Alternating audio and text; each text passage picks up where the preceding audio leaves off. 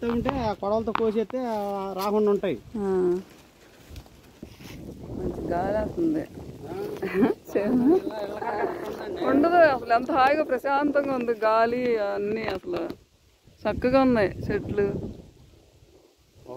వాతావరణానికి ఇది అవుతారు. ఒక్క ఎకరం అడ్డం ఉండిపోయింది, ఒక్క మడి అడ్డం ఉండిపోయింది రోడ్డుకి. అవును, లేదంటే బ్రహ్మాండమైంది దిహనం, మనకి ఇబ్బంది కలగకుండా ఉండేది కదా.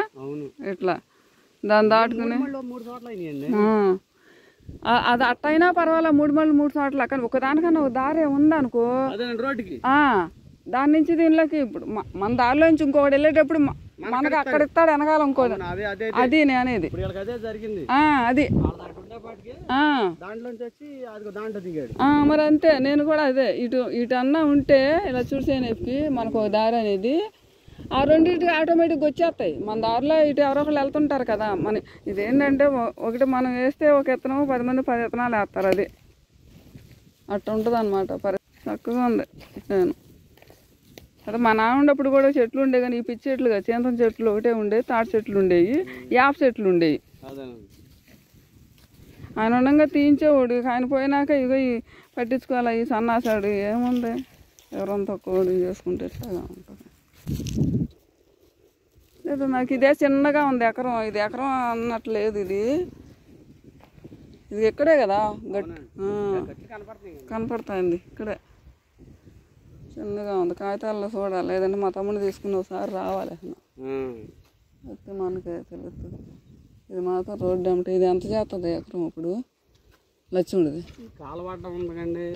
రోడ్డు ద్వారా అయితే మొన్న చక్రధర్ గారు 1,70 లక్షలు చేశారు. ఏ చక్రధర్ ఆయన అమ్మాడా? కొండపొలం అమ్మాడు, పిల్ల పెళ్ళిట్టుకున్నాక. మన తెల్లదు అయితే, నాకు ఇంకా మాట్లాడలేదు నేను. రోడ్డు అమ్మడదే ఎవరు కొన్నారు? వేరే ఊరు చెప్పలేదు కూడా చెప్పలేదు ఎవరు నాకు. పెద్ద రోడ్డుకి, పెద్ద రోడ్డు అంటే శ్రీనివాసరావు పొలం పక్క అమ్మట. 1,30 లక్షలా? 1,60,000 80 లక్షలకు అమ్మితే అంత 280 వరకు 1,60,000గా 1,60,000 ఎకరం రోడ్డు అమ్మటది.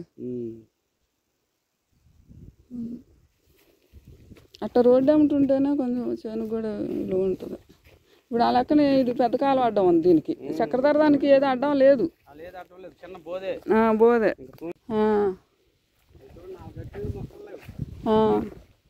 లేదులే, వీటిని మా నాన్న పోయినాక ఈ మొక్కలు మొలిసినాయి, ఇంక పట్టించుకోలే. ఎంత పెద్దవి అయిపోయినాయి అసలు. ఇది చూడు ఎంత పెద్దది అయిపోయిందో. తాటి చెట్టుకి చుట్టూ వచ్చింది, ఇది తాటి చెట్టుకి చుట్టూ వచ్చేసింది. పిచ్చి పిచ్చిగాను. ఇంత పెద్ద మొత్తం లాగిచ్చేస్తేనే బాగుపడుద్ది, గట్టు బాగుపడుద్ది. కోపించిన తర్వాత అప్పుడు ఈ మట్టి తీసి కొద్ది పైకి అక్కేసుకోవడం, లాన్ చేసుకుంటే అప్పుడు ఎంతకల్లా పండుతుందండి. ఏమి నాకు మనకు పట్టించుకోలేదు, లేక మనకు రాలేదు అప్పటి నుంచి ఇప్పటి వరకు.